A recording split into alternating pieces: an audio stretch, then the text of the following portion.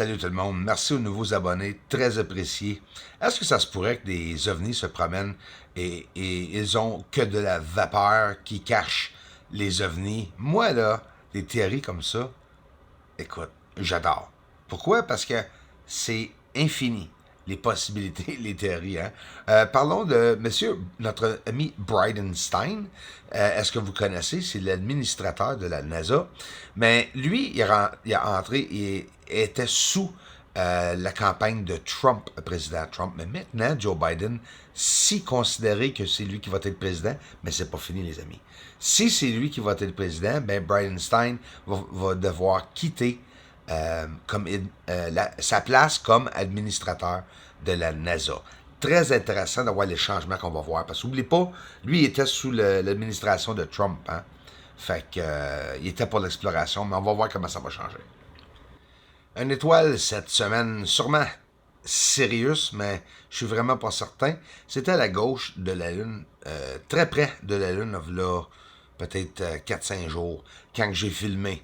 La météo est bouleversée. Hein? Ici au Québec, on était supposé d'avoir 25 degrés de température hier, puis on pense qu'il a fait zéro. À un moment donné, surtout dans la soirée. Fait que les ceux qui viennent d'arriver à la chaîne, ça c'est la surface de la Lune. Juste cette image nous montre des détails où ce que la NASA nous ont pas montré. Moi, je suis pas ici et jamais tu vas m'entendre dire que la NASA, c'est des menteurs, parce que je le sais pas.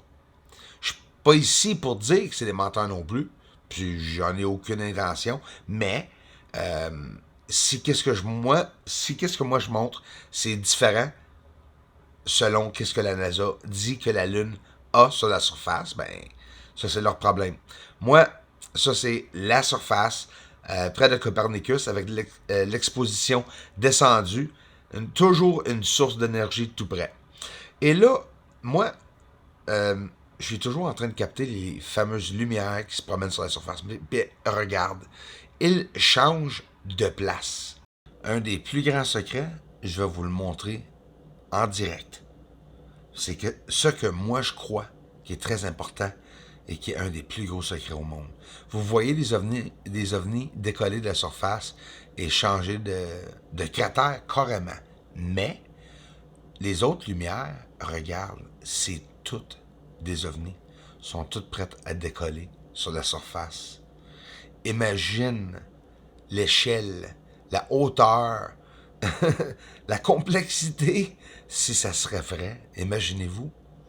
Regardez ici, c'est avec toute beauté de voir ça sur la surface.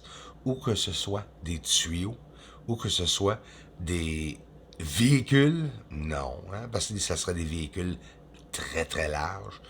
Mais quand c'est hors de la contexte de la Terre et de nos idées, souvent, nous ne voyons pas qu'est-ce que nous voyons vraiment sur le sol. Comprenez-vous? Regardez les tuyaux près de Copernicus pendant que je vous parle. Ils sont tous là, les tuyaux.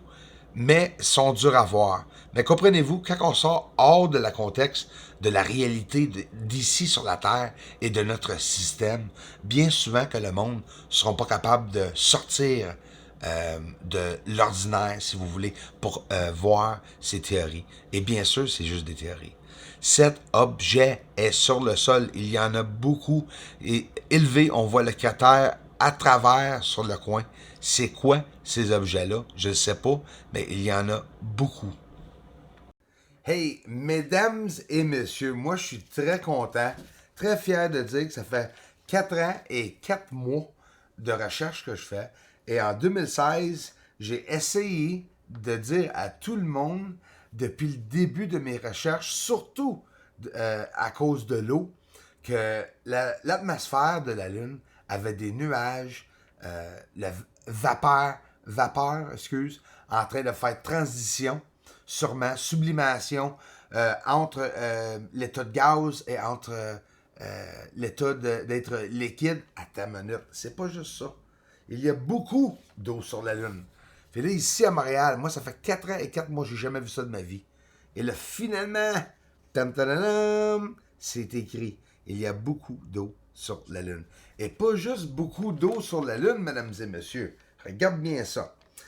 Ça se pourrait que les endroits très ensoleillés, aura emporté de l'eau ailleurs, dans des endroits plus froids, et qu'il aura gelé.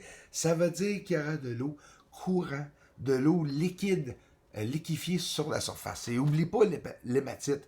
Ça, c'est la rouille qui s'est formée, qui est en train de se former de plus en plus sur la Lune.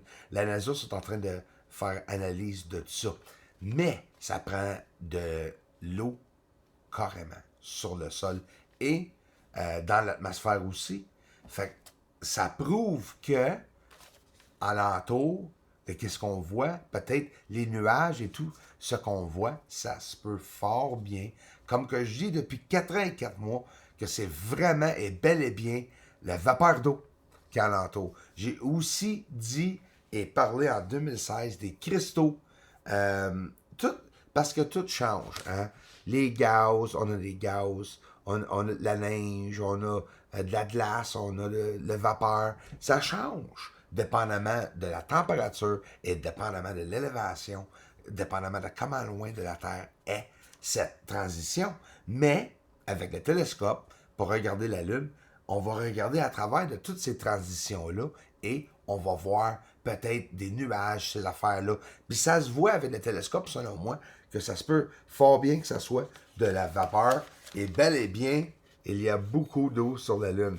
Ça devrait être... Voyons, je me suis enlevé mon doigt. Ça devrait être le thumbnail. Puis c'est vraiment vrai. Ils ont vu ça avec Sophia. Ils ont vu ça avec l'infrarouge. Et comme je vous dis, il y a beaucoup d'eau sur la Lune et il y a de l'eau liquide qui s'est transférée à des endroits gelés. En tout cas, il était supposé d'aller sur la Lune en 2028. Comme je vous ai dit, Bridenstine, qui va partir malheureusement à cause qu'il était avec la campagne Trump. Là, c'est Joe Biden qui va rentrer. Ça va être quelqu'un d'autre. Il ne fait pas confiance. C'est plate que ce soit comme ça, mais c'est comme ça que c'est. Mais on va voir c'est qui va être administrateur. On va voir si ça va changer les plans d'Artemis pour aller sur la Lune en 2024. Merci. Je devrais faire des annonces de céréales, hein. J'ai de l'air tellement content, hein? Que je partage des nouvelles des fois. Ben, qu'est-ce que tu veux? Je suis vraiment, vraiment authentiquement content. Parce que c'est pas fou comme théorie. Oh, avez-vous vu les petites buildings? Attends, on va le voir encore. Ça, c'est au-dessous. Les patchs verts, c'est au-dessous des nuages ou bien le fumée. C'est pour ça que ça a l'air embrouillé. Oublie pas ça. Là, on s'en va voir. euh, c'est quoi l'idée d'avoir un rond comme ceci, tout près de Copernicus? Regarde comme il faut. Le rond est toujours là. C'est un rond parfait. Puis c'est gros, là. C'est plus large que, c'est quoi, le 80 km Platon, je crois. Fait que c'est encore plus gros que Platon. Cette ronde doit avoir au moins 125 km, si pas 150 km. Comme il faut. Regarde la grandeur comparé à Platon. Et le rond est toujours là. Toujours embrouillé à l'intérieur. Il y a toujours un mouvement, une oscillation. Peu importe qu'est-ce que ça peut être, j'en ai aucune idée, mais elle est vraiment là. De temps en temps, près du soleil, je réussis à capter des affaires, mais des événements comme ceci sont très très rares, puis peut-être même que j'aurais plus jamais la chance d'en revoir. La Terre est même pas si gros que ça, qu'est-ce que vous venez de voir passer. Fait que c'est peut-être dur à comprendre pour certains, mais le soleil est très gros. Et quand on voit un objet passer comme ça, gros comme ça, comme qu'on vient de voir près du soleil, ben c'est parce qu'elle était vraiment grande.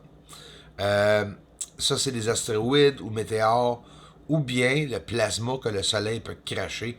Peu importe qu'est-ce que c'est, je le sais pas. Souvent, j'attrape des affaires capter des affaires sur vidéo que j'en ai aucune idée qu'est-ce que ça peut être. Mais au moins, nous avons la chance de voir quand même les objets passer. Ça, c'est en slow motion, au ralenti. Un gros objet qui passe près du soleil, qui est en train de pogner en feu aussi en même temps. Sur la surface de la Lune, regardez les amis, pour les ceux qui n'ont jamais vu la surface, ça c'est des connexions dans le haut là, que tu vois. Au complet ici, c'est les montagnes Apennines. C'est le point le plus élevé sur la surface de la Lune, ce qu'ils nous disent. À moins que tu comprends comment que la surface est faite, ben tu comprendras pas exactement où sont les structures, tu ne seras pas capable de les trouver. Une source d'énergie, tout près de Copernicus. Et toutes ces structures, anomalies sur la surface, c'est supposé d'être quoi? Quand on voit des lignes se rendre, comme ça ici, là, tu vois que c'est pas juste des affaires granchées sur la surface, là. Pas naturelles, c'est des affaires construites plats. En plus, ils ont tous le même niveau, la même hauteur, la même élévation. C'est parce que ça a été un sol délibérément étalé, égal, comme qu'on fait la construction ici, pour que tous les objets soient un à côté de l'autre, de la même hauteur. Pour moi, c'est vraiment pas dur à comprendre en regardant la surface, c'est sûr et certain. Pierre Desjardins, un grand merci, mon frère, pour le support que tu donnes à cette chaîne et pour les généreuses contributions. En même temps, Pierre Desjardins, il dit que dans la soixantaine d'années, il est très content de suivre les recherches et il m'a envoyé une lettre. Et je te remercie, Pierre, pour le grand support.